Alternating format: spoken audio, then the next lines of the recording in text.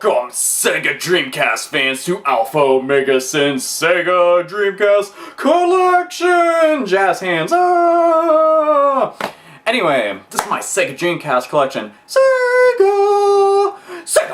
Yes, Sega Dreamcast. Oh my god, absolutely love the system so much, and you want to know why? One of the major reasons why it's not only one of the best systems ever, and why it's absolutely worth owning, it was Sega's last hurrah. It was Sega's last time in the console market, and they went out with a bang with one of the best systems, one of the very best systems that they could possibly ever muster. And it literally was revolutionary in so many different ways. It's just sad that it only stayed around for a little over a year. I mean, that's heartbreaking, especially to us die-hard Sega fans. But I digress. I have accumulated a pretty healthy sized Sega Dreamcast collection and decided that I would share it with all of you. I've actually wanted to go and do this for a while now, I just never got around to it, but now I am. But I will go through all the different titles that I have gotten, so instead of me rambling and babbling, you're just like, shut the fuck up, AlphaOmegaSin, I want to see your games! And it's like, okie dokie, so we'll start off with one of the biggest classics that's a must-have for the system, and that's Shenmue! Shenmue. Oh, Shenmue, one of the very best games that this system had to offer. Without a doubt, this is one of the games that defined the Sega Dreamcast, was a technical achievement on every single front. It was just amazing. It really was. From the fact that the world was just so vast, so detailed, and really fun to just run around in. Most gamers didn't see anything like this, like, ever. As a matter of fact, this game spanned 4 discs. That's a lot, especially for something like that. Like, I mean, check it out. Disc 1, Disc 2, 3. Well, this one I guess technically shouldn't count too much. That's the passport disc, but still. Okay. Shenmue pretty much is kind of like, it's got a lot of RPG aspects to it, but it's also kind of like a fighting game whenever the action comes up and you have to go and kick some ass and everything. It's awesome, it really is. I love it a whole lot, but one of the things I love so much about it and that I remember is something that they didn't actually intend, and that's the absolute atrocious voice acting. It's bad. Like, it's B-movie bad, but that's why I like it. Like, it's so cheesy, you can't help but to be amused by it, entertained, just laugh your ass off. Because whenever they're being serious, it's hard to take them serious. You're just like... like, it's really funny. Like, whenever Ryo's running around the city, he has the most deadpan and fucking monotone, like, voice that you will ever hear whenever he's interacting with anybody. He'll walk up and be like, hello there. Could you direct me to such and such random place? And they're just like, oh yes, you go over that road there and down the street. And he's just like, oh, thank you. And it's just like, why do you talk like this, dude? And one of the best things, I don't know why I remember this, but I remember I made so many jokes about it whenever the game came out, is whenever Ryo's running around the game, there's a lot of collectibles that you can find in the game from the little vending machines that they have. You just put change in and you get a little figurine and stuff. Well, the funny part about it is he sounds like a drug addict. Like, whenever he's going and getting something, he's always like, I think I'll have another. I think I'll have another. I think I'll have another. It's just like, dude, calm your shit. And he's just like, no, you don't understand.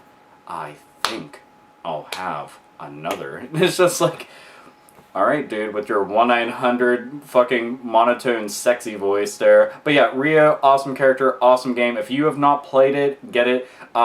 There is a sequel on Dreamcast, but it's only in Japan and in the PAL region, so if you want to get it, you'll have to import it. Or just get on Xbox like I did, though eventually I want to get the import because I would absolutely love to have it. But still, Shenmue, must have an absolute classic and one of the defining titles of the Sega Dreamcast. Next up we have Street Fighter Third Strike. Now, there was actually 2 different versions of Street Fighter 3 that was for the Sega Dreamcast. I've got this version. To be honest, I don't really remember what the major differences were between the two, but I can say without a doubt that this is one of the most underrated titles within the Street Fighter series. They did re-release this for download on Xbox Live Arcade, which is really nice, because the game deserves a ton more recognition just because they did such a bang-up job with it, and the Dreamcast got so many awesome games from Capcom. Like, if you're, and mind you, this is Capcom pre-derp-a-derp stages and everything whenever they just got kind of retarded, but on the Dreamcast they hooked it up and then some with a vast library of exclusive titles and just amazing games. So many fighting games on the system. As a matter of fact, if you're a fighting connoisseur, like if you really love fighting games or you're just looking to build up your library, the Dreamcast is a system to own because there are tons, and I mean like really badass ones too. This is no exception, really worth getting, and you should check it out because, damn it, it is awesome.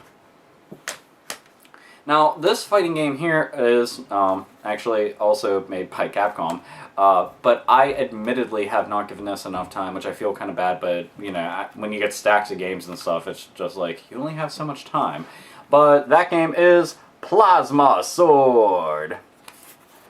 Now, Plasma Sword is a pretty decent game all around. I got to play it a couple times. I liked it.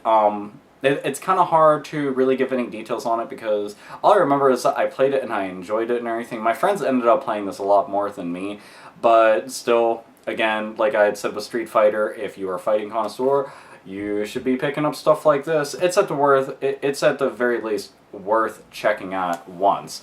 So yeah, Plasma Sword. Can't really say a whole lot else about it other than that, but yes, you should play it. Now, considering I'm a big-time fan of beat-em-ups, this game was without a doubt an absolute must-have, no questions asked, and that is Dynamite Cop! Now, for anybody who has ever heard of the beat-em-up Die Hard Arcade, which naturally was in arcades, and also I have it on the Sega Saturn, so if you ever saw my Sega Saturn collection videos, you'll see that Dynamite Cop is Die Hard Arcade is in there. Dynamite Cop is an unofficial sequel to it. It's just it doesn't bear the Die Hard Arcade name anymore. So, if you like that, you will most definitely love this. Both of them kick just as much ass as the other. It's just really fun. Go through with 2 players, absolutely own everybody, tons of weapons scattered about, really interesting boss fights, random stage hazards. Just, I absolutely love this. I do. Get this, because, well, it's Dynamite Cop. What else do you need to know? It's a beat 'em up. Beat 'em up's fucking own. Next, I'm just going to include both of these in the same shot because I have the same exact thing to say about both games since they are essentially pretty much the same, and that's Evolution 1 and 2. Now, here, I'll actually show a close-up of each one on the back. That's the first game. Here is Evolution 2.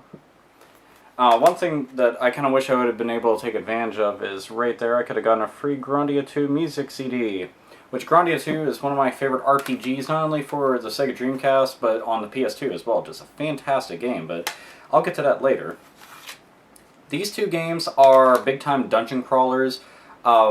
If you are into that style of gameplay, just like endless grinding, you know, through maze-like dungeons and stuff, this definitely helps. The story is very lighthearted, to be honest. I like it, but I would say if you do plan on picking this up, it might be easier to get Evolution Worlds for the Nintendo GameCube, which is both of these games, just in one package, which is very handy.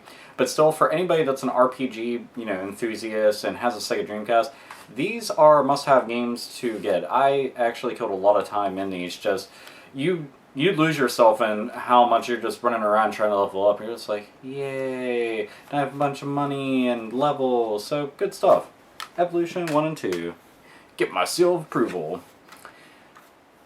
Crazy Taxi. Let's make some crazy money.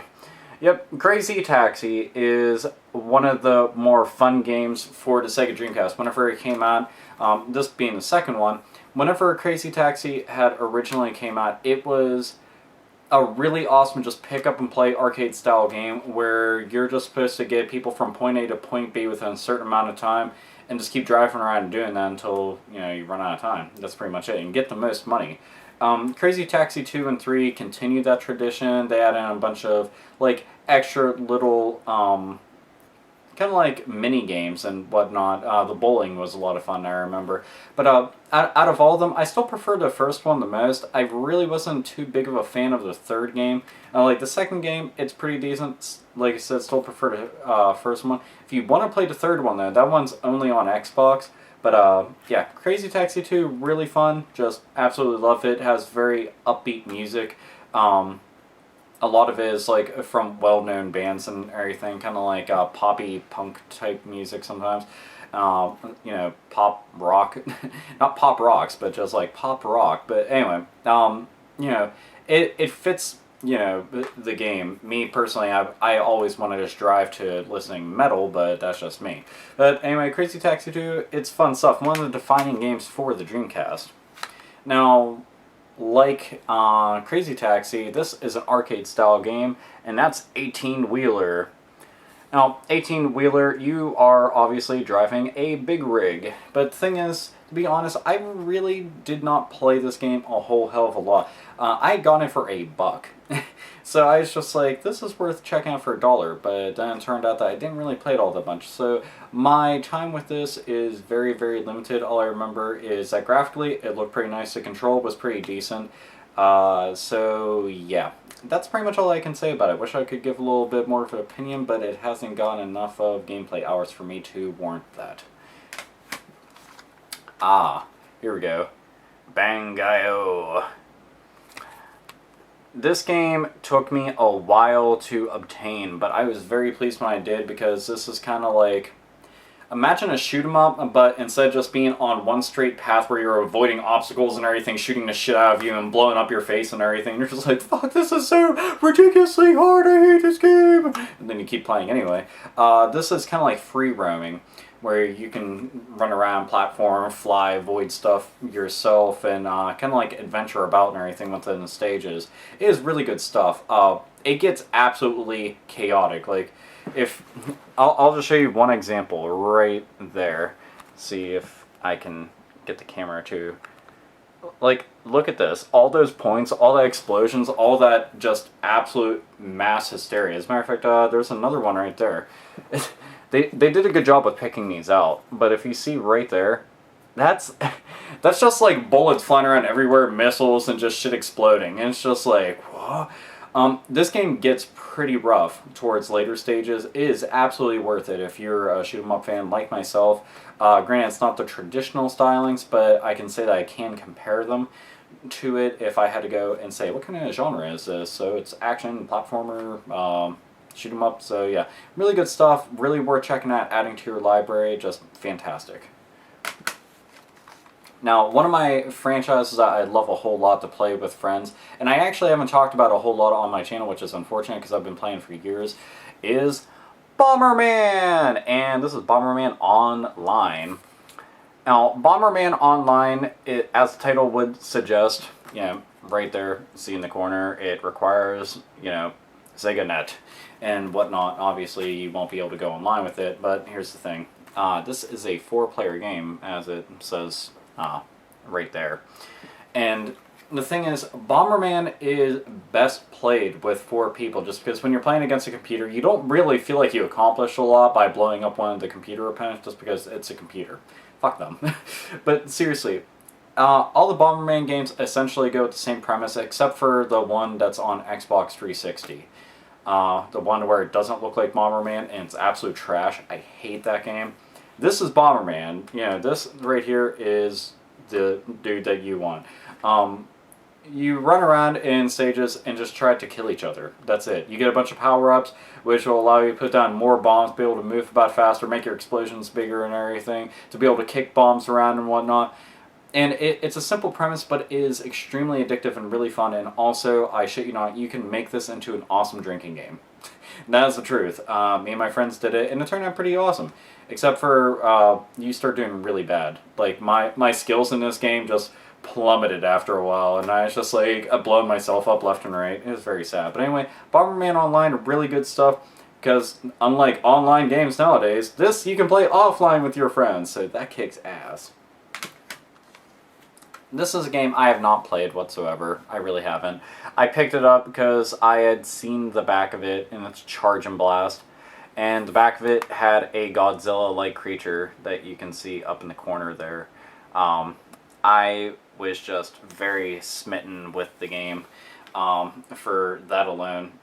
But this game essentially is just kind of run around and shoot tons of stuff, blow stuff up, action game. So, high adrenaline and whatnot. I've seen tons of video footage of it, but I'd never got any actual hands-on time with the game. But still, it seemed like it was worthy to add to the collection. I will eventually get around to playing it, but still, here. Get ready, lock, load, and charge and blast! The ultimate shoot-'em-up action game has blasted its way onto the Sega Dreamcast. Trademark. Developed by the same team who brought you the House of the Dead and Sega Bass Fishing. The ironic thing is, whenever I think of high adrenaline shooting action, I don't think of Sega Bass Fishing. That's kind of weird. Huh. Yeah. that is really weird. But Charge and Blast is guaranteed to make you beg for more. Seems perverted. But anyway, Charge and Blast, it seems like it's pretty good. I'm sure it's pretty good, but yeah, haven't played it myself. Oh well. Now this game I have played myself quite a few times, and played it with friends no less, and that's Heavy Metal. Now this is Heavy Metal Geomatrix, and just like the animated films that this is based off of, which is Heavy Metal and Heavy Metal 2000, this game has a very bitchin' heavy metal soundtrack, obviously, because if it did not, then the title would suggest that it is a big lie! This game is all about it's kind of like a fighting game, but free roaming, so imagine something like Power Stone, but you're heavy metal characters. That's awesome! This game is best played against friends, and that's really truth. And this is another game. It's brought to you by Capcom. Capcom just hooked up this system, and this is a random game. It's like, Capcom made this? Did you see that coming? Because I didn't. To think that they just made a random licensed game off of something that, at the time, Heavy Metal 2000 had come out around the time of this, so it did make sense for them to want to go and put something out there. I was glad they didn't call it Heavy Metal 2000, but just its own standalone name, so it seemed like it standing on its own 2 feet. But anyway, really fun stuff. I really liked it. I hated playing against the AI computer, though, because they would either be absolutely dead retarded and just do the stupidest shit ever, and sometimes wouldn't even attack, just be like, oh, man. Oh, shit. Oh, fuck. And other times they were just absolutely relentless doing stuff. I'm just like, I don't even know how to do this. But, yeah, play this with a friend. You will like it a whole lot. Really good stuff. And back-to-back action games to play against friends made by Capcom, Spawn in the Demon's Hand. Now, many of us have played Spawn the Eternal on PS1, which was a pretty good game. It wasn't perfect, but I did like it. I have fond memories of it. I liked Spawn a lot whenever I was younger.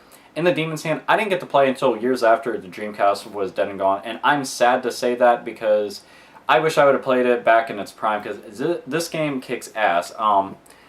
Little Capcom logo right there. Again, they hooked up. This is a 4-player game. That's one of the crazy things about it. It's such a fun game. It really is. If you're into deathmatch at all, and just like killing your friends and, being a screen watcher and shit, be like, oh, that's where they're going. And you're like, what the fuck? And it's just like, fucker. But anyway, and I try not to do that, because that got so annoying in GoldenEye. Anyway. This is an awesome game. For anybody that's a fan of the comics, and many of you know I'm a big-time comic book fan, you should get this game. It kicks ass. It rocks. It really does. I love it a whole bunch. It's awesome. Really good, just party-style game, so get it. Another defining title of the Sega Dreamcast, one of the main reasons why the system was a must-have, and this game was groundbreaking for its graphical presentation, and that's Jet Grind Radio! Jet Grind Radio was an extremely unique game whenever it came out, just because the premise of the game was to go around tagging stuff, avoiding the police and everything, and it had like a very jazzy, soundtrack to it that despite the fact that I'm a big metalhead, it wasn't something that annoyed me hearing the music. It was amusing. But this game was just all over the place. Like it's very, very weird in some parts, but it's awesome. I love this a whole lot. Learn all the tricks and grinding and everything, and find all the little secret areas and all the different tag spots and everything. It's really kick-ass. There's a sequel to it as well, which is on Xbox called Jet Set Radio Future. That also owns like a motherfucker. As a matter of fact, back in the day, they packaged Jet Set Radio Future with the Xbox, which was pretty cool, along with Sega GT 2002, I think it was. But yeah, Jet Grind Radio, really awesome. If you have not played this, play it. And seriously, you are missing out on a gem right here, because it's awesome. Me being a big anime fan, I had to have this. Sword of the Berserk, Guts Rage. I have to say it in a metal voice too, because it deserves it. And there's Guts back there, look at him. And he kind of reminds me of Cloud Strafe, holding the sword that way. Both of them have massive swords. They're trying to make up for something. But no, seriously, this game is extremely awesome for anybody that's a fan of the anime or the manga series of Berserk. I had to have this whenever it came out. I was extremely happy. The story in it, the voice acting are all really, really well done, to be honest. The graphical presentation of the game is really nice. There's one thing that hinders this game from being one of the best on the system, and that's, despite the amazing hack and slash gameplay and all the things I had mentioned that are awesome about it, your sword. They made it so that your sword's gigantic, and you're swinging about and absolutely decimating every enemy that you see, but say you're in a corridor like this, okay? And you go to swing your sword, if it hits off a wall, you'll go, ugh! And it's a problem that happens everywhere. I have no idea why they did that, because there's areas you just can't swing in. It's not like you can always do a vertical swing like this. Like, you're going to be swinging like this and, all over the place. And it's just like, come on, why would you do that? That killed it. In all other action games, just imagine you're playing Devil May Cry in the middle of a fucking combo and Dante's like, ugh, ugh, ugh.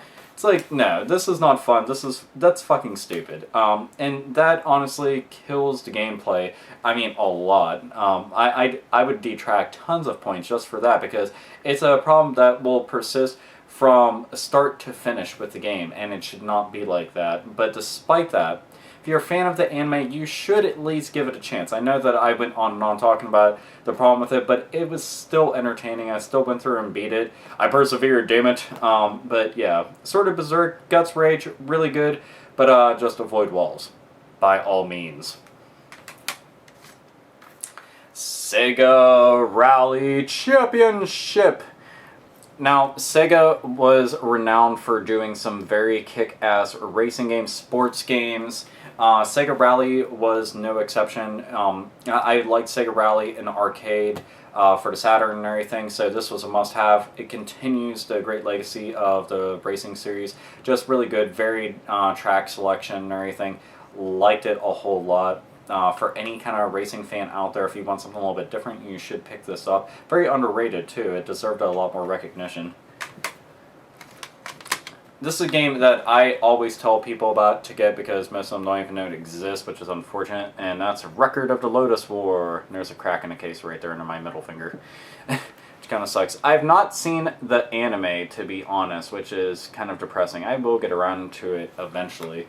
But this game is kind of like, well, I can't say kind of like, this game is a lot like Diablo in a big way. So if you like Diablo 1 or 2 on PC, this game is the shit. Oh man, it's really awesome. That's pretty much how I can describe the gameplay. Is imagine Diablo done very well on Sega Dreamcast, and it's got the characters and the story and everything from Record of the Lotus War. That's fucking awesome. So get it. Well, with the recent announcement of the new Tony Hawk HD collection, we got Tony Hawk Pro Skater. Might as well keep with the times. Now, this is the original beast right here.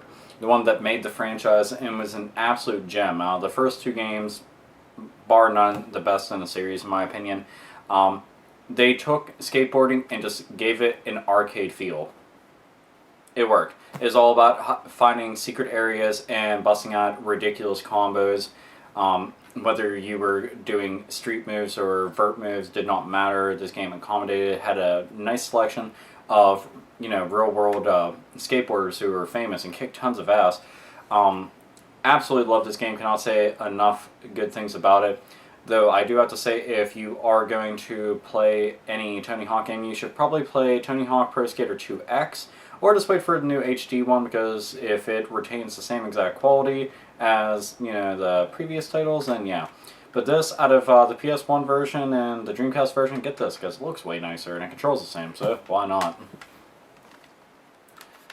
Next up, we got Slave Zero. Now, Slave Zero, I had played this for a couple of hours. To be honest, I was not a big fan of it. The control was just kind of meh. The graphics really looked kind of cruddy. Everything had like... It looked like everything was just like dipped in a sepia tone. Like, they got very out of hand with it. It was just... I don't know. It looked very bland. The explosions looked awkward. The camera worked... eh. It just wasn't very fun. That's the honest truth. Slave Zero just... if you see it for maybe like $1, it's worth $1, I guess. But yeah, I didn't really play it. It has multiplayer on it, but I didn't even want my friends to play it because I have much better multiplayer games. So why bother with that? I could play Sonic Shuffle, damn it! But no, seriously, Slave Zero, it's just... Anyway, next. We have Virtual Fighter 3 TB.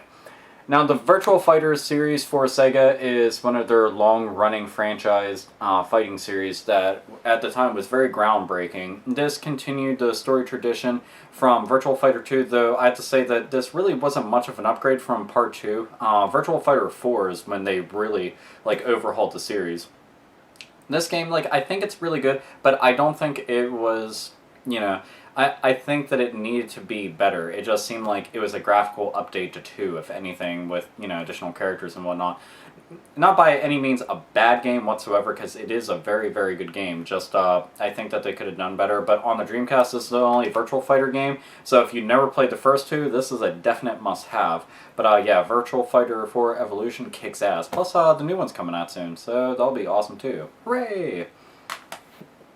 Another game that we can say made the Dreamcast what it was, and that is Resident Evil Code Veronica.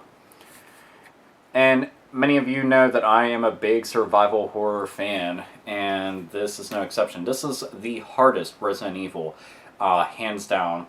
They were unforgiving when it came to this game, because they were just like, ammo? No, you don't get tons of ammo. You better pick your shots.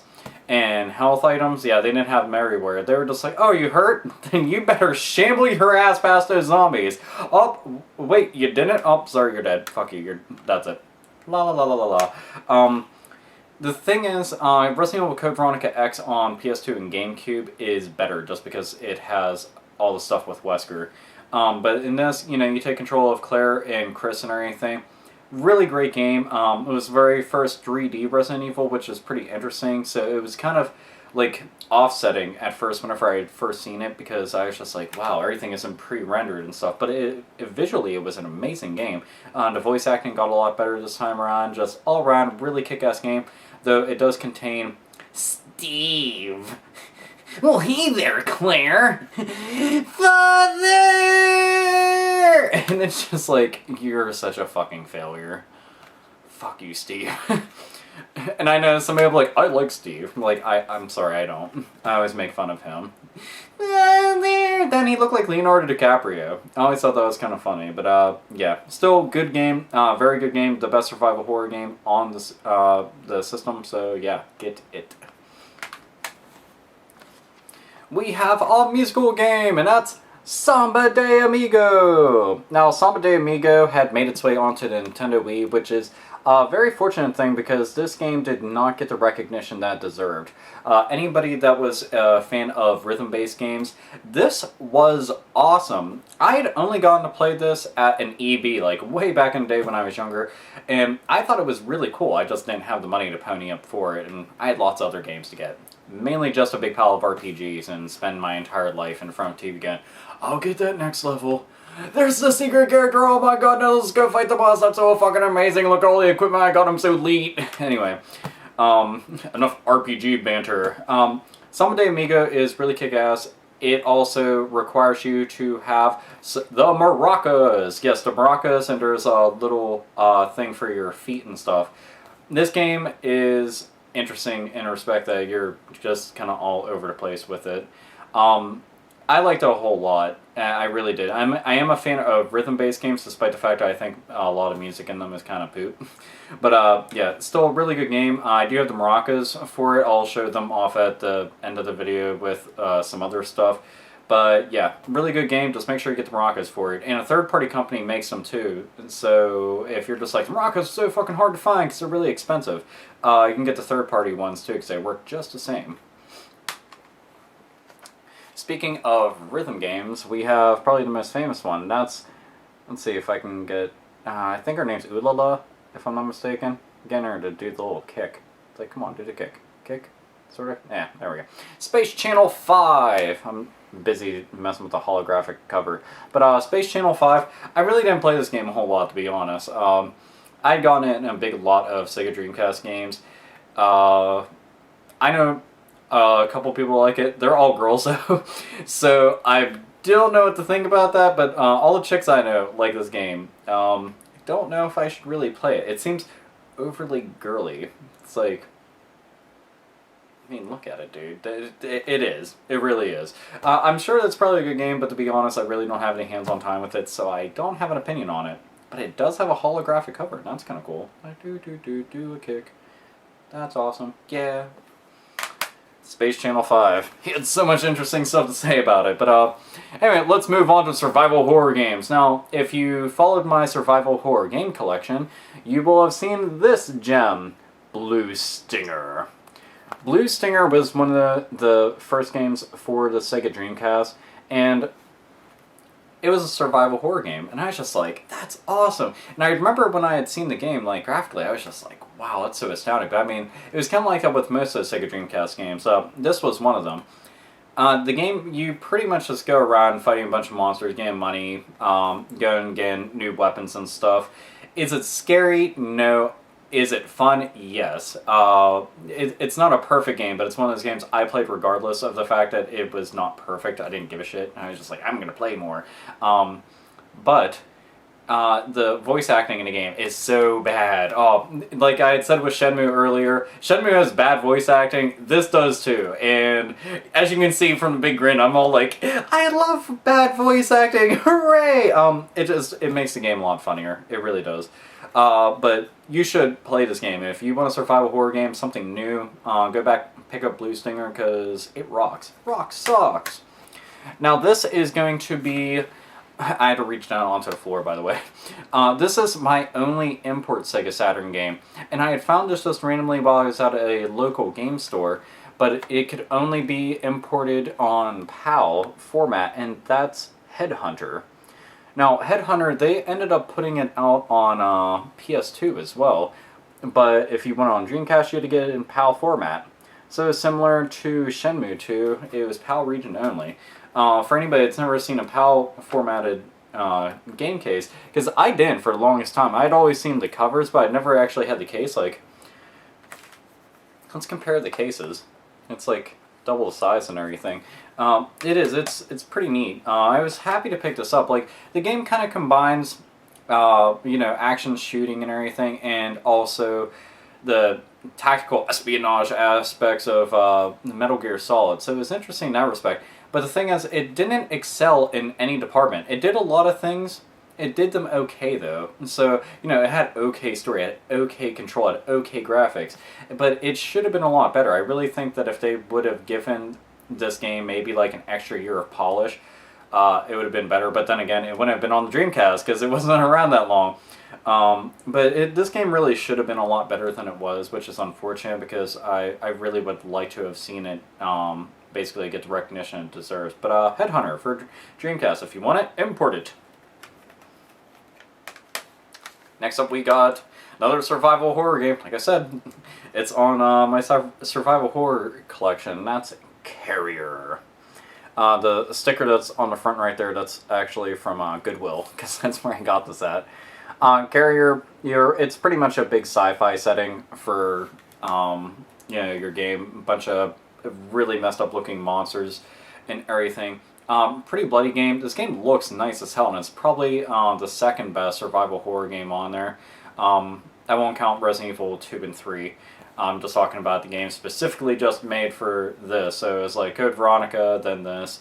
But it is a really good game. It was overlooked a lot, too. Like, a lot of people didn't seem to pay any attention to it, which I was kind of bummed out by. And I remember back in the day when I wanted it for the longest time, but it never went down in price. But I got it for only a couple dollars, so huzzah. Carrier, definitely a must-have if you want some scares. Now this here is the beast that made me want to own the system, and absolutely just owned everybody the minute that they saw it, and they were just like, I can't believe this. My eyes are seriously popping out of my fucking skull. Just that didn't come out right. Wait. There we go. Yeah, I got the sound effect. Alright, had to wet the lips. Wet the lips. Anyway, the game that I'm talking about is the legendary Sonic Adventure. Sonic Adventure was such a milestone in the series because it was Sonic in 3D. And yes, I know in Sonic Jam he was in 3D, and then there was Sonic's 3D Blast, but that wasn't really 3D. It was like a fixed camera angle. I didn't consider it 3D. But this right here was Sonic really just going all out into the world of 3D. I liked it a whole lot, despite the fact that I didn't like the world hub where you ran around and everything. I thought it was kind of confusing for a lot of people who would play it because they didn't know where to go half the time. That's a problem that a lot of people came across. I also came across it, but I figured out my way, and I've beaten this game countless times. It is really good. They did such an awesome job with a lot of stage design and everything. Graphically, this game was amazing at the time, but you can also find this for download on Xbox Live Arcade, on PSN. They made a better version on GameCube, which is Sonic Adventure DX. It is a very good game. If you see it and get it, it's awesome.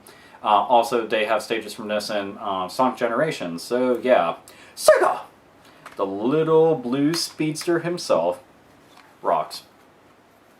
Next up, we got Psychic Force 2012. Now, this is a fighting game that I really didn't get to give much time to. I wanted to just because it was made by Taito. There's all types of stickers on the back. And no, I didn't pay $9.99 or anything for that. I actually paid $6.94 for it. I didn't think it was too bad of a price. Yeah. All I can say is, the game looked like it was pretty badass. I'll eventually get around to playing it, because there are handfuls of games I just didn't get to play, but still. Psychic Force. It's made by Taito, and this guy has gigantic hair. It looks like a banana. What kind of haircut style do you got? I got a banana haircut style. Yep, that's pretty much it. But the chick beside him doesn't seem to mind. She is, just happy. Yeah. That's pretty much it. I don't know what else to say about it. Bye, Psychic Force. Go into the pile. But this game I have played a lot, and I won it on PS1 for the longest time, and did not get to, unfortunately. And there's also an anime based off of this, too. But it is 2D fighting goodness, and that's JoJo's Bizarre Adventure! Now, for anybody that wants something very different whenever it comes to fighting games, this is pretty much going to be up your alley. It is... Okay, when it says Bizarre Adventure, they really mean it. It's extremely unique. It kind of gave me the same feeling that Darkstalkers did, that it was a refreshing setting instead of the traditional Street Fighter clone. This game just went in its own direction, and it paid off greatly. An extremely underrated game. Out of the Sega Dreamcast and PS1 version, this one bested it by far. Much better graphics, much faster, more fluid, just all around a lot better. So if you are going to get the game, get that, and it's another title by Capcom. Yeah, so check this out, and if anybody watched the anime and it's awesome, you ought to comment about that, because I haven't seen it yet, so I'd like to know if it's worth getting. One of my all-time favorite Street Fighter games is Street Fighter Alpha 3. Now, Street Fighter Alpha 3, out of the Alpha series, this was easily the best of the bunch. Out of most Street Fighter games, I consider this to be just absolutely amazing. Love it a whole lot. This had shown up on a lot of different systems. It even showed up on a Game Boy Advance, which I thought was interesting because they did a really great job of porting that. You can also get it, I think it's on a Street Fighter Anthology, if I'm not mistaken. Pretty sure it is. But yeah, really great game. They changed up so much in this and added in a lot of really interesting elements. Just really kick-ass. You will devote a lot of time to this, I assure you 100%, if you decide to sit down and play it. So yeah, and play it with some friends, because that's the only way this fighting game should be played, is against people. Next up we got Mockin' X. Now, Mockin' X was a game that immediately caught my interest, and for one major reason. It actually has to do with the cover. For anybody that is a fan of the Shin Megami Tensei series, the Persona series, the dude that did the art for it did this. And why? Because this is an Atlas game. And it's a first-person game, no less. Now, you know, nowadays we have first-person games out the ass. Like, literally out the ass. Like, your cornhole opens up and they just pour out like a waterfall. It sucks for anybody that's going to be at the bottom. It's like doo-doo butter and a bunch of fucking games hitting them in the face. Everything sucks about today. But anyway, all shit waterfalls and first-person shooters aside, this game was a novelty at the time because it was a first-person, like, action game and everything. Which, I mean, they've done that before with Red Steel and, let's see, what else? Breakdown and stuff like that, and Metroid Prime series. So this wasn't just like a first-person shooter, it was a first-person action game. So it was pretty interesting in that respect. It's really worth checking out. Very, very overlooked game, which is unfortunate. But really awesome, great graphics, controls pretty good. Really liked it a lot, so check it out. Now, this by far is one of my favorite SNK games of all time. It took me forever to get a hold of a copy too, because I went everywhere looking for it. I traded in quite a few things way back in the day to be able to obtain it. But when I finally got it, I was happy. And that's Fatal Fury, Mark of the Wolves. Now, Fatal Fury, Mark of the Wolves, for anybody that is a fan of SNK fighters, I assure you 100% this is one of the best. Easily the best Fatal Fury game. It's just really kick-ass. I had originally played this on a Neo Geo for the first time, and well, the first time I played was on Neo Geo, and I was just like, man, this kicks so much ass, and I'd wasted a lot of time playing it. When I found out that there was a home console port, I was just like, I have to have that, but it's rare and expensive, so I was just like, fuck that. But I ended up getting a hold of a copy of the game, and it's in really good condition. The disc is flawless. That's one of the things I was happy about.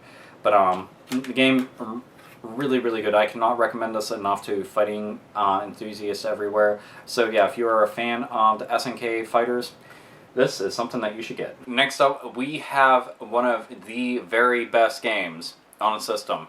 Hands down, I will put it in my top list of Sega Dreamcast games. Must-own RPGs. All around, just one of my favorite games when the system came out, and I've played through this game a couple times, cannot say enough good things about it, and that is Skies of Arcadia. I need to have an epic voice for it. Arcadia! But Skies of Arcadia, for anybody that has not played it, if you are an RPG fan and have not gone to try it, do yourself a favor, get it. If you don't have a Sega Dreamcast, get it on GameCube. They have a better version called Skies of Arcadia Legends, which I also do have that, and I've also played through and beat that. It has extra characters, story, and everything. The graphics look nicer. But on Dreamcast, this game was amazing. I've been dying for a sequel for this for years. I wish that Sega would hear the fans' pleas and make a sequel to this, because I want to go on more pirate adventures as a sky pirate with Vice and crew and just run around and have a great time. The one thing that set this apart from everything was, the theme of being air pirates and everything is very different. Everything's like floating around in the sky and whatnot. The other thing that's kind of cool about it is the fact that whenever you get into battles, they're turn-based battles and everything, and you switch between your elements and stuff. You know, it's like a traditional turn-based battle, but they added in ship battles where you can actually upgrade your ship, add equipment to it, and go and fight other ships and everything. And they were really hard the first time that I tried it. I was just like, wow, this is really difficult. But once you get the hang of it, it's really awesome. An extremely great story, great music. I mean, this is a gem right here in every way. Again, cannot say enough good things about it. Get this game. End. So that's it. Skies of Arcadia rocks. Now, a game that I expected more out of, but didn't turn out to be as great as I thought, and that is...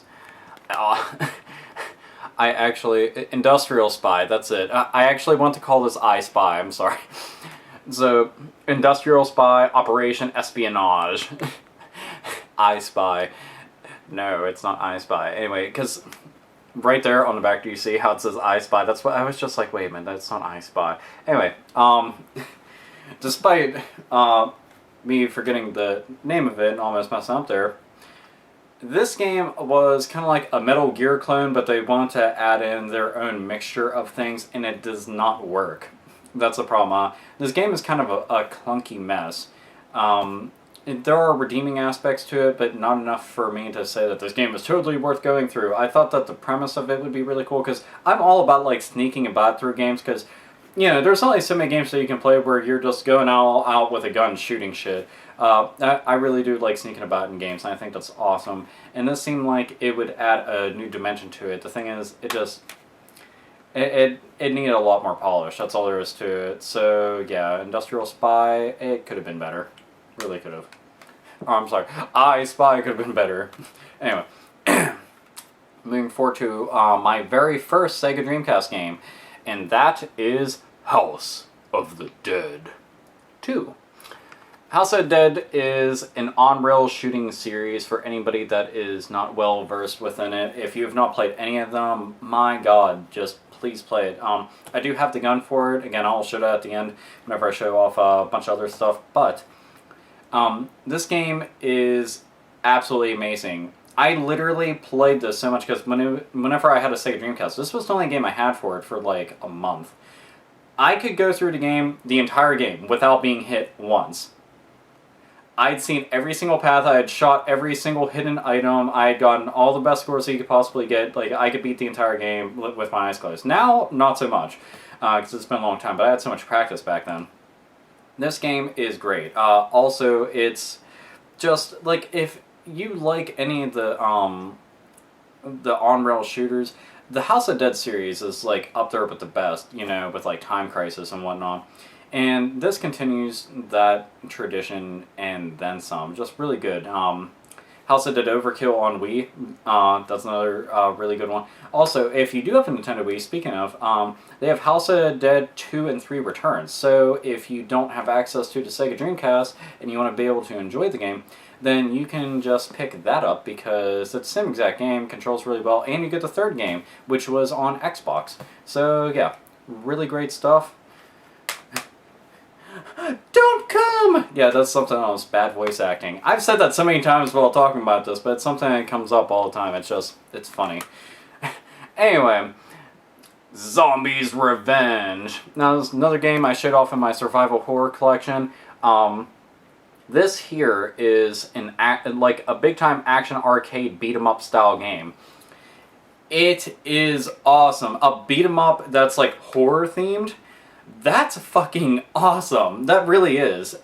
This game is hard though. If you're playing through solo, that's really the truth. Now, if you play through with a second player, which is the way that you should play all beat 'em ups, is with a friend because it just becomes 50 times better. This game becomes so much more awesome. This is one of my favorite games to go through and play with friends on. I love this game to death, and it's very near and dear to me. It was also one of the earliest games that I got to play on the system, but you know, there's weapons laying around everywhere. You pick them up, you can swing them, you can shoot them. There's 3 characters that you can choose to play as, all with their different movesets, abilities, skills, stats, etc. Just great game. Check it out. Play it, because it is badass. Now, this right here was one of the fighting games that whenever it came out, people were just blown away because it looked so amazing. But they made a superior version on PS2, and that's Dead or Alive 2. And the version on PS2 is Dead or Alive 2 Hardcore. But when this game came out, this pretty much had blown everybody away. And this was such a big leap in an awesome direction. Especially if you saw Dead or Alive 1 on PS1 and then saw this. It's like night and day. This added in a lot more characters, much better combo control, the grapple system and everything, the counter system, a whole lot better. I'd wasted away so many hours into this series, but it's well worth it. Absolutely love it. This is one of the best entries in the series too, so check it out. And one of my all-time favorite games for when it comes to RPGs, and I had mentioned it a little bit earlier, but that is Grandia 2. Grandia 2 is just amazing. Now, they have Grandia 2 on the PS2. Here's the irony, though. The Dreamcast version is better.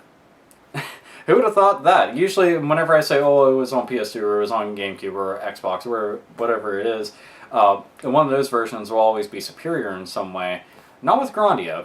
Grandia 2 was better on the Dreamcast because there was a couple of hiccups on the PS2 version. They didn't add anything extra. The game graphically looks the same, sounds the same, plays the same, so it's like, get the better version. It's not all messed up. Also, it's one of my favorite female characters in any video game, and that's Millennia. Absolutely love this game. Really great story, really great characters, just absolutely awesome. This and Skies of Arcadia make it an RPG gamer's like dream to own a Dreamcast, but a dream to own a Dreamcast. Haha. Yeah, just great game. Please pick it up because it deserves your attention and time because it is very, very awesome. For shoot 'em up fans, I present to you Giga Wing 2. Now, for the longest time, I did not ever hear of Giga Wing at all. I'd never even played the first one, to be honest. I just stumbled across this, but it was a top-down 2D shooter that is extremely badass. And the thing is, this, okay, and I'll show you right there, it goes up to 4 players. That makes this game worth owning alone. Like, 4 players on the screen shooting the living crap out of everything. I mean, it becomes insane. And this is another game brought to you by Capcom. Like I said, they hooked the system up, like damn. And with a lot of variety, too. But this game just absolutely amazing. As far as like shoot 'em ups go, this was one of the funnest that I've ever gotten to play with a couple of friends. I've never gotten to play 4 player. I got up to 3. But still, great game, really good for, you know, multiplayer and everything, and shoot 'em up fans, take note. Next up on my list is awesome. It's Cannon Spike! Cannon Spike! Seriously, Cannon Spike is an absolutely kick-ass game. The thing is about Cannon Spike that makes this really worth owning is that it's essentially like, take a shooting game, well, an action game, kind of like Super Smash TV, where you're just running around getting guns, shooting them crap out of all the enemies that spawn in the area, dodging all the enemy fire and everything. But this has characters from tons of franchises on Capcom, including Street Fighter, and it even has the Blue Bomber himself, Mega Man! Well, Capcom seriously did it right on here. Show you the back there so you can see a little bit more in detail. But you basically do. You just shoot the living shit out of a bunch of enemies as various characters. You know, it's got Cammy, who's on the back there, and it has Mega Man. That's who I played as, too, whenever I went through the game. This is a very short game. That's probably the only downside to it. You can beat it in a single sitting with absolutely no problem. But, you know, with increased difficulties and everything, it is very, very fun. A must-have. It took a while to get a hold of this game. I was extremely happy when I did, and it was worth the money. So Cannon Spike, for all you fans out there that just want a quick pick-up game and just shoot the living shit out of some stuff, this is what you need. Next up, we got Silent Scope. Now, the Silent Scope series, they actually have a trilogy of it now. The trilogy can be found on Xbox, which I honestly prefer that just because they have the sniper rifle on Xbox, whereas this, they didn't have the sniper rifle, which is unfortunate. But I got to play this a whole bunch whenever it was in arcades. I liked it. I played on Xbox, love that version. And I wanted to pick this up just because I was just like, fuck it, why not? It was dirt cheap, and I really like it. But basically, you are a sniper who just kind of has to shoot all the bad guys and everything, but you have to avoid, like, all the people that, you know, aren't evil and everything. So the mom that's walking her little stroller, she's like, I'm having such a great day! like, jaw just goes off and fucking decapitates her. It's just like, shut the fuck up, I'm shooting shit, kid. I'm trying to shoot that bad guy back there, but he keeps ducking behind everybody. It's a really fun game. It's also on PS2, so if you don't have the Dreamcast version, you can check it out on PS2, but I highly recommend the Xbox version because, well, it has a sniper rifle and that's the entire series. Anyway, sounds good stuff for on-rail shooter fans and people that like to snipe stuff, so yay! Next up is Project Justice, another title by Capcom, another fighting game too. There's so many fighting games on it, but Project Justice is ironically a sequel to a little-known fighting game on PS1. Does anybody know what it is? Just like a little history lesson. Give you a hint. Yeah, I can't really give you a hint because I can't think of anything. But it's Rival Schools. This is a sequel to Rival Schools. I loved Rival Schools so very much. Project Justice, I have to say, is a little bit better. Not by a whole lot, but still. Really great game. This has, like, off-the-wall characters out the ass. That's one of the reasons why I liked it so much. And it did 3D fighting, like, very, very well back in the day. But naturally, if you're going to play a 3D fighter, you ought to be playing something like Soul Calibur, Dead or Alive 2, stuff like that. But not to dismiss this game or anything, but still. Really great game. If you're a fan of Rival Schools, you should be checking this out because, well, it's the sequel. So, yeah. Speaking of fighting games, here's a gem right here. The Last Blade 2. Now, this is another game by the fine folks at SNK. And they had done a really great job with this. This kind of it has a feeling of like Bushido Blade in a way. It is a very good game. I didn't get to check this out for a very, very long time. I even seen it on the Neo Geo arcade machines and everything, and always wanted to check it out, but I didn't. And I ended up stumbling across it at random for very cheap, so it's just like, fuck it, why not? Turned out to be really awesome. Great animation, great control, everything. It's an SNK fighter, so naturally it's awesome. But still, worthy of your time, you should check it out. Fourth, racing fans, Sega GT. Now, Sega GT is a pretty damn good racer. Kind of reminiscent of the Need for Speed series. It has a lot of more modern exotic cars and everything. But yeah, just a really great series, like with all the other Sega racing games. It's just, you know, great control, great graphics, just great everything. So, like Sega Rally, this is a gem that you should want to pick up if you enjoy driving and everything. So, yeah. Now, this game I have not played once whatsoever because I had gotten it by sheer accident. And that's 7th Cross Evolution. This was one of the earliest Sega Dreamcast games, and the first time I got to check it out was a buddy had imported it, and I didn't really have much interest in it, but this was actually just kind of given to me. So I was just like, okay, that works. But the thing that's kind of funny, and I noticed this on the back for the longest time, and I think it's kind of amusing, is if you look on the back there, that dude looks just like Yoshimitsu from the Tekken games, and then he's like dancing with some crabs. Like, what the fuck's going on? Like, Yoshimitsu is just like, you know what, fuck this. Then he can, like, he does that one move in Tekken where he sits on the ground with the sword, and he's just like, yeah, I'm not churning butter, baby. But why is he dancing with little crab things? And they're just like this. They're like the Ginyu Force and shit. Like, look, they're actually kind of doing the Ginyu Force thing. They're just like, it's like, what the fuck is going on? Anyway, I haven't played the game, don't know diddly shit about it. Yep, the end, that's my opinion. It's Yoshimitsu dancing with crabs. And to be honest, that would make the game a lot better. It really would. I would play it just for that alone. Anyway, speaking of awesome games, Sonic Adventure 2. Now, Sonic Adventure 2 is obviously the sequel to Sonic Adventure, but this time around they brought in the bad guys that you could play as too, which was really kick-ass. You can play as Robotnik, Shadow, and whatnot.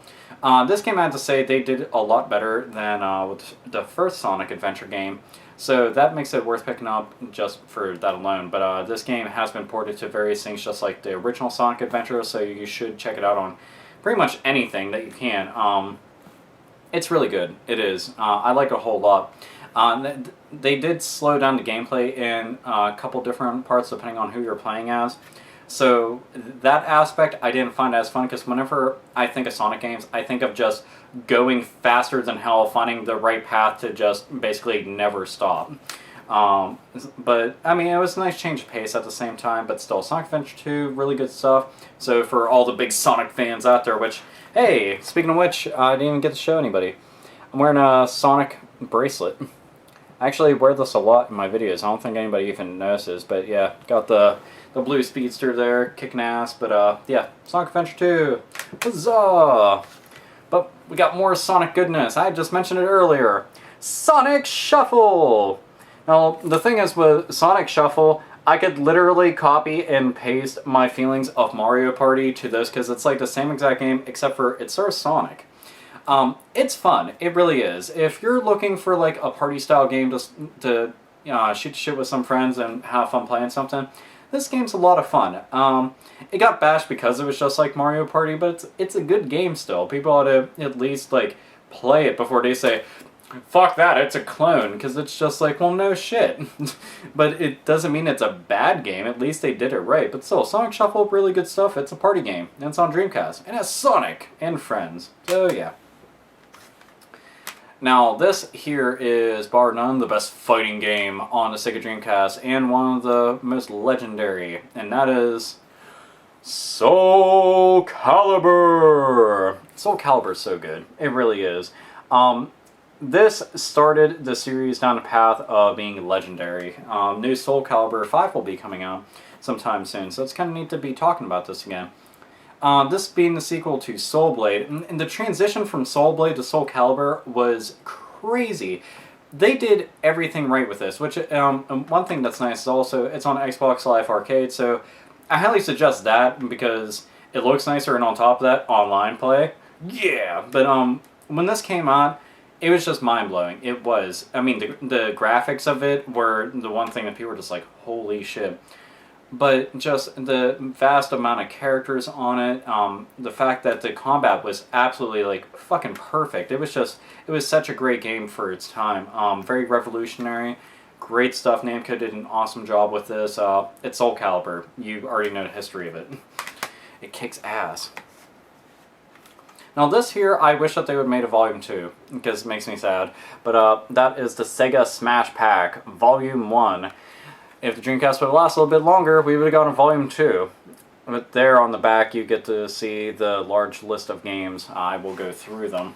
We have Sonic the Hedgehog, Golden Axe, Shining Force, Wrestle War, Streets of Rage 2, Columns, Virtual Cop 2, Vector Man, Phantasy Star 2, Altered Beast, Revenge of Shinobi, and Sega Swirl.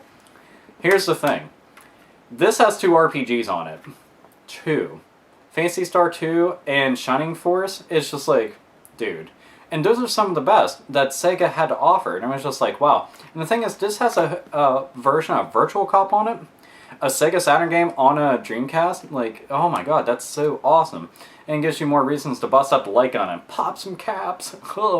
Anyway, you know, and it has Vector Man, which Vector Man is a very overlooked game. Just absolutely fantastic. I wish they'd make another Vector Man. Seriously, what the fuck, Sega? Make another Vector Man. But as for Sonic the Hedgehog Golden Axe, which is absolutely legendary. The only game that I did not play on this is Wrestle War. I really did not play it. I didn't even know about Wrestle War until I got this game, and I was just like, Wrestle War? What the fuck is Wrestle War? They have Sega Swirl on and Columns. I really think that they should have replaced one of them, because I don't think the game needed 2 just really random puzzle games on there. I would have liked to see many of the other games that they had to offer, but yeah, like the first house I did, that would have been awesome. Oh man. Anyway, but yeah, really great stuff. This is a great compilation of games. I mean, absolute classics. This is a testament to Sega's history and why they are such a badass company, but very much worth picking up, so check it out. For on-rail shooter fans, we have Death Crimson OX, and if you read it exactly as it says, it's Death Crimson Ox. Now, this game, I had mentioned this in my Survival Horror Collection video as well. It is a really good game. I do like it a whole lot. The one thing I want to point out, so I'm not beating a dead horse, just talking about the game all over again, is I didn't even realize I was looking at the cover, so I'll just point out to all you guys. Look at the chick on the cover. Look at how broad her shoulders are and how she does not have a neck. She's like this. And she has like the red eye going on. She's just like, "Excuse me, could you tell me where the gym is? Oh, hello there, gentlemen. Do you want some of these packs?" It's just like, whoa. "I have no need for a fucking neck. I'm the Death Crimson Ox." It's like, she's just like, "Oh, you wanna fuck? Well, I'm gonna fuck you. Super fist. Ooh, ooh, ooh, ooh, ooh, ooh. Rape." And then she's like, "No." Yeah. Just looking at her makes me laugh. It seriously does. Just look at that. "I have no need for a neck. Fuck that. These steroids will do just fine. Stop looking at my red eye. Stop looking at it." It's just like, that's fucked up. Like, I have to show this to my friends because they'll be amused by it. "Put it on the pile. Come on, this Crimson Ox." This is the last game that I have to show off, and what's ironic is I haven't opened this yet. It still has the cellophane on it. I haven't opened it yet because I don't have a Sega Dreamcast keyboard. That sucks. Because I like this game a lot, because I played it way back in the day, and it's The Typing of the Dead. Not the House of the Dead, but you obviously know what it is. But The Typing of the Dead. This is a game I did not think would actually hit the States whatsoever, because it's so fucking random. You don't have a gun. You have a keyboard. Words will pop up on screen. The faster you type them and the more accurate you are, you'll pull off headshots and work your way through the stages. That is such an awesome concept. And anybody wondering, it's $8 right there. Yeah, $8 for a brand new Sega Dreamcast game? That's worth it. But yeah, this was just amazing. Absolutely worth me investing the time and money into. I just need a keyboard, damn it. But still, Typing in the Dead, really neat for anybody that never got to play it. Try this out, because it's really just, it's different. And I love difference. So, yeah, awesome stuff here. Awesome stuff. This is part of video where I get to show off the things that aren't actually the video games, because, I mean, despite the fact that I own several different Sega Dreamcasts, all the traditional white Sega Dreamcasts, I also have tons and tons of memory cards of all the different colors that they offered, red, green, blue, black. I also have a bunch of controllers, same thing with all different colors. I actually have these things here. And the first that I want to show you is this beast. Ooh. These are the maracas for Samba de Amigo that I was mentioning earlier. Except for, I found them brand new. $5. Holy shit, I could not pass it up. I was looking for these for such a long time. You have no idea. Like, I wanted them, but was not willing to pay the amount that people ask for when it comes to these. And right there, tells you everything. I'll turn that on its side. Now, let's turn this sucker around so you can see everything. That is a bunch of words that you are not going to want to read. But this tells you all the different motions that you can do with the maracas and everything. This tells you what all it contains, maracas, the sensor for your feet, blah, blah, blah, blah, blah. But yeah, this is amazing to have for anybody who is a collector. I just thought that this was amazing. It is. It's very awesome. Has a little handle too. That's kind of handy. Anyway, so if you own Samba de Amigo, you should get this. For the Nintendo Wii, it's a lot better because you just used a Wii remote, and they also have like the little things that you can put the Wii remote in and some maraca, and you're like, herp, look at me, anyway.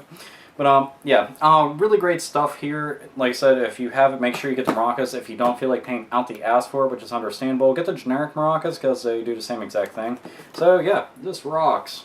Now, besides the regular white Dreamcast that I was talking about, I do have one alternative, and that's my Sega Sports Dreamcast. This is the black Sega Dreamcast. I was really excited to find this for one major reason, and everything else on it looks exactly the same, just mainly the top of it. This comes with a black controller for it, which also has the Sega Sports logo on it. Everything in it is pretty much, this thing's in like gem mint condition. So I was excited to find this because I was looking for it for such a long time. This is the Dreamcast that I use all the time. This has not given me one single problem. That's one of the reasons why I suggest anybody who's getting a Dreamcast that pick up this version. It's really cool. That and naturally I wear all black almost all the time. Well, having a black Sega Dreamcast just seemed really cool. And they have other limited editions out there. Most of them are like all Japanese imports. They have the Hello Kitty one. They have two different Resident Evil ones. They have... Let's see. They have the one for Sonic. They have a lot of versions. I'm trying to think of most of them off the top of my head. They have the very, very rare and sought-after Divers 2000, which kind of looks like an old-school iMac. And the thing is, that's the version that I want. I've been dying to have that. If anybody's ever seen that, you know how awesome it is. But yeah, it's very awesome just to have an alternative to the regular white system. But yeah, Sega Sports one is very good stuff, and I highly recommend it. And here we got my gun, the Starfire Light Blaster. There's the back of the package. It's made by Interact. Now the box is taking a beating, but at least it kept the box. And take the gun out here so you guys can see what this piece looks like. That's pretty much it. It's gigantic. You know, it's got the D-pad on the side, buttons there, and some of the settings for right there, part for your memory card and everything. It has a really long cord on it too, and you can also get an extension if you want to set really far away. But it's a really good gun. This is a gun that I got, and it did everything I need to. The only thing that I thought was kind of weird about this, well, not about this in particular, but about Sega Dreamcast, was that Sega made a couple of shooters for it, and I mean, there's obviously other ones out there like Death Crimson OX. There's Confidential Mission, the Silent Scope, which I had shown off, and everything, you know, and House of Dead 2. Well, why is it that Sega themselves made two of those games, but they never made a gun?